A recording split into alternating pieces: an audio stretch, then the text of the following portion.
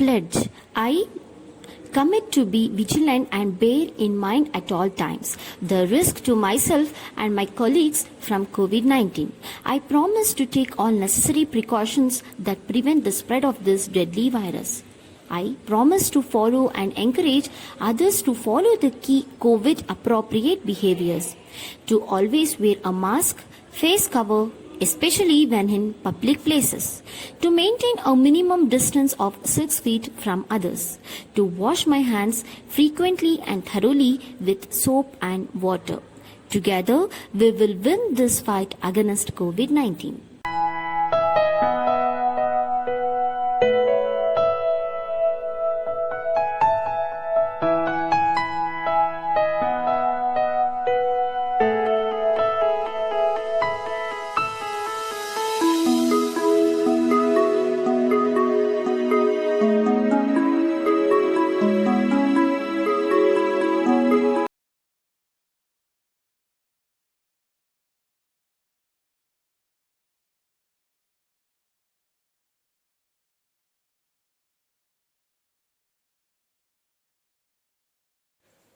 Good morning, students.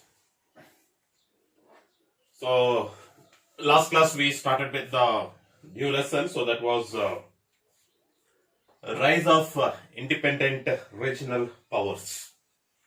The new lesson we started because soon after one of the cause for the decline of Mughal Empire, that is rise of independent regional power.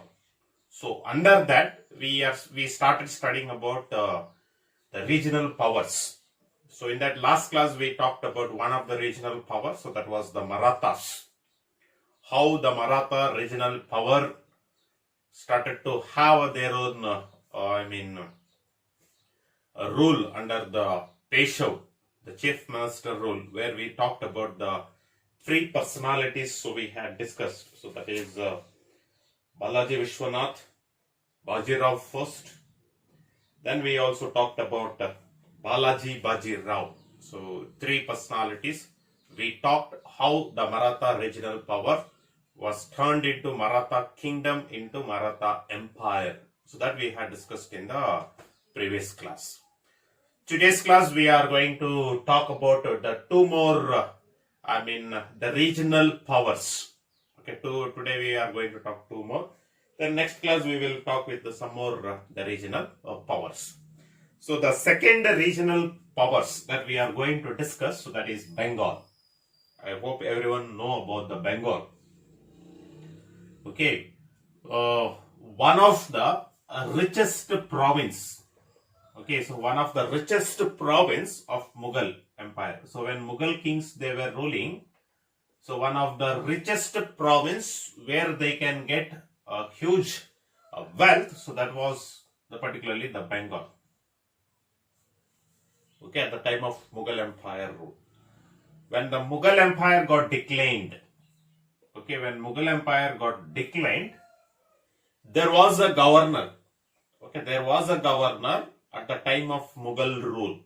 Okay, at the time of Mughal rule, there was a governor who was taking control of this Bengal.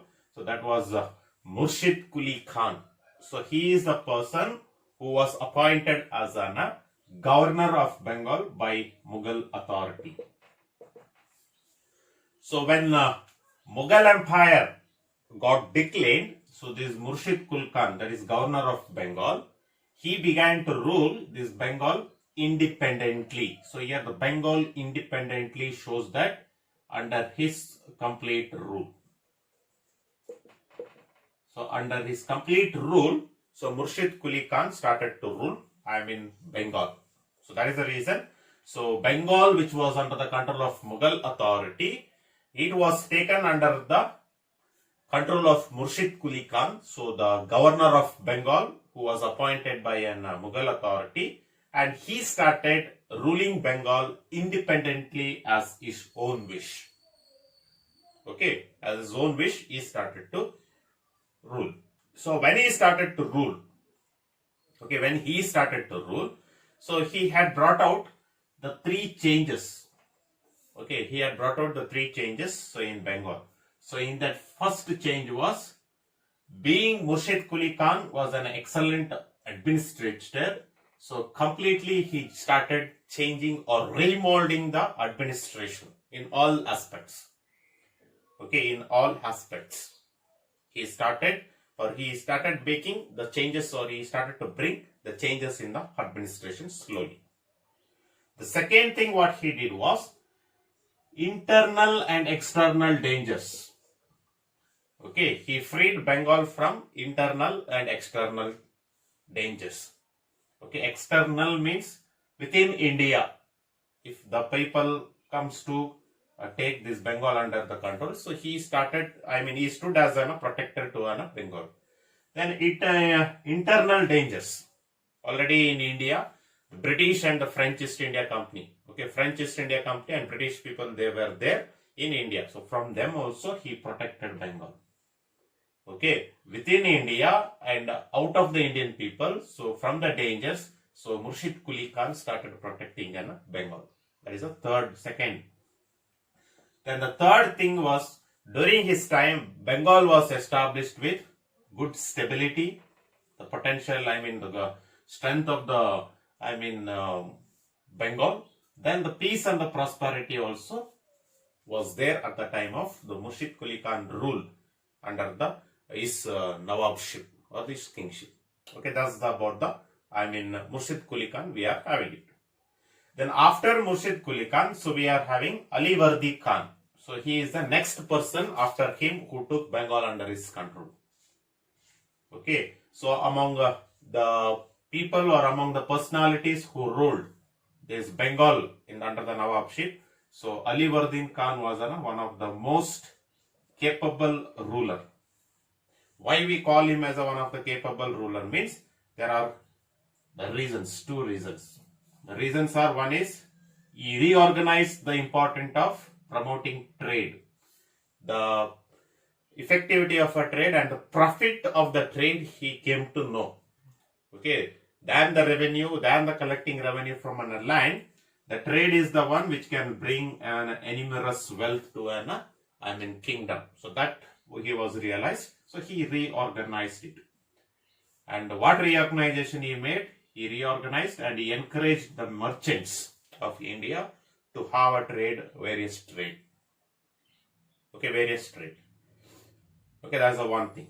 And second thing is, he did not allow, okay, the French East India Company and the British East India Company to fortify. To fortify means to take under their control the two famous factories or two old factories which was there in Chandranagur and Calcutta. That was placed, it was under the control of Ali Vardi Khan only.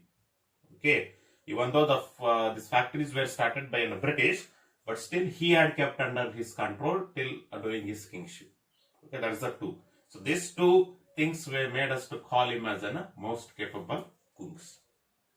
So like this, though Bengal, the regional powers, so was under the control of the various personality and the various their kings.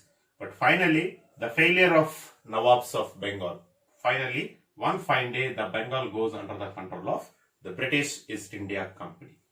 So what were the reasons the British East India Company to take the Bengal under their control? If you see, one is Nawab failed to understand true nature of British. When British people were there in India, when these people were, when Ali Vardi Khan or Murshid Quli Khan, so when they started ruling India, they never understood what kind of people the British are. Instead, they were very casual, and instead they were very smoothly they thought that the British may not turn back to the Bengal. So the true nature was not realized by the Nawabs of Bengal. That's the one reason. The second reason is no efforts were made to reorganize and strengthen the army. Okay, so no Nawabs thought that one fine day the British will turn towards Bengal. So that is the reason. So they were very cool and they were very smooth way they started to function. So in the kingdom.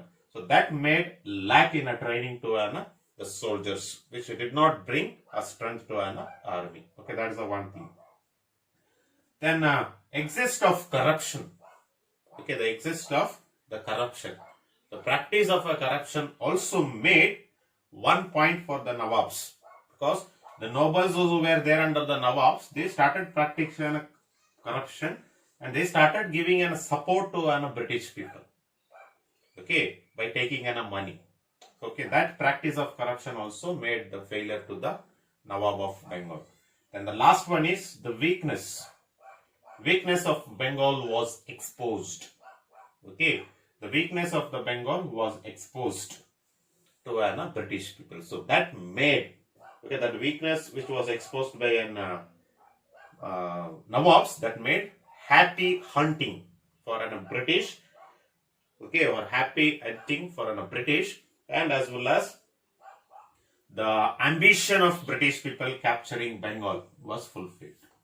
Okay, keeping these four reasons, so British people made happy ground for capturing Bengal, and their ambition of capturing Bengal was fulfilled. Okay, so that's about the Bengal regional powers, so which we are having it. So next we will go with the one more regional power, so that is Awadh or Oudh we call it. Okay, very small regional powers. Okay, so when we talk about this, you can see the Awadh regional power was founded by, or foundation was by Sadat Khan. He is also one of the governor of an Awadh, which was who was appointed by Mughal authority. Okay, Sadat Khan. So after decline of the Mughal authority, so Sadat Khan, he himself laid a foundation of his own regional power. So that was Awadh. Okay, so when we talk about Sadat Khan, so during his kingship, or during his established, so he had brought out lot of changes in the Awadh. Okay, or Oudh. So what are the changes if you say? First, he set up the systematic administration. Okay, he made a systematic administration to develop the regional power Oudh. Okay, that's the first thing. Second thing is, he introduced a new law and order to control the people of this Oudh. Okay, introduced a new law and order. Then revenue reforms, a fixed revenue, because Oudh is a very good place for an known for the trade as well as for the cultivation. So all these things, so when it was there, so he fixed and revenue reforms he brought it out. So what type of taxes and what level of taxes should be collected by other people. So all the things he made in the revenue reforms. And at the same time, so he thought that there will be a threat, either external or internal to an Oudh. So that is the reason. So he started even strengthening his army day by day. Okay. So these are the four changes that he brought it out. So during the kingship of Sadat Khan. Okay. After Sadat Khan, the kingship was passed to, that is Safdar Jung. He is a nephew of Sadat Khan. He is not a son, but nephew of Sadat Khan. And during his kingship, so he continued with all the administration which was planned by Sadat Khan. Okay, all this administration, so he continued. But during his kingship, the stability, peace and prosperity of Awadh or Oudh was continued by Safdar Jung. So what Sadat Khan's kingship, what and all was there, so that he also continued. Okay, that's one of the things which we are having it. But in Oudh, okay, or in Awadh, one of the next, the famous king we are going to talk is, so that is Shuhaj-Dullah. Okay, Shuhaj-Dullah we call it. So he is a son of Safdar Jung. So Safdar Jung son, so that is Shuhaj-Dullah. So during his kingship, so we remember, so one of the concepts, we can talk about Shuhaj-Dullah, many various concepts we can talk.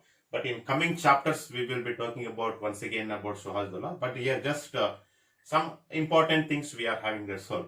So during Shuhaj-Dullah's kingship, the peace and economic prosperity was the one of the main thing.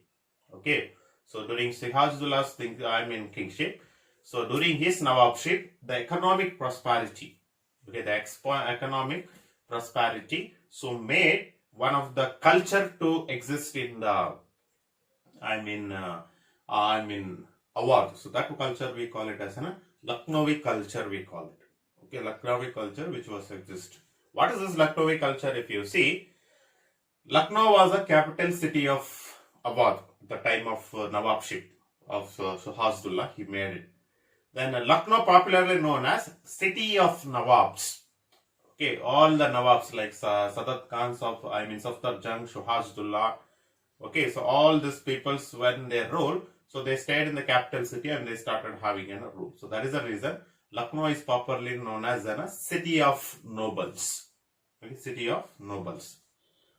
Why it is called as an Lucknowi culture? You can see here, because Lucknow was blossomed into a center for creative and performing arts, literature and architecture. Okay, we one word we call it as the traditional culture of Lucknow was such an extent it was. So that is the reason. So we call it as a Lucknowi culture, and it existed during the time of Suhasdullah's Nawabship. Okay, so these are the today's two regional powers, that is Bengal and Awadh, which we have talked. So next class, so we will talk. The two more regional powers, that will be Hyderabad and Mysore. Then again Rajputs and the Sikh. Okay, so this four kingdom regional powers, so which we are going to talk in the next class. So next class, so we will go with the remaining the regional powers. So till here you can go through it, and once again you can refer the textbook. Thank you.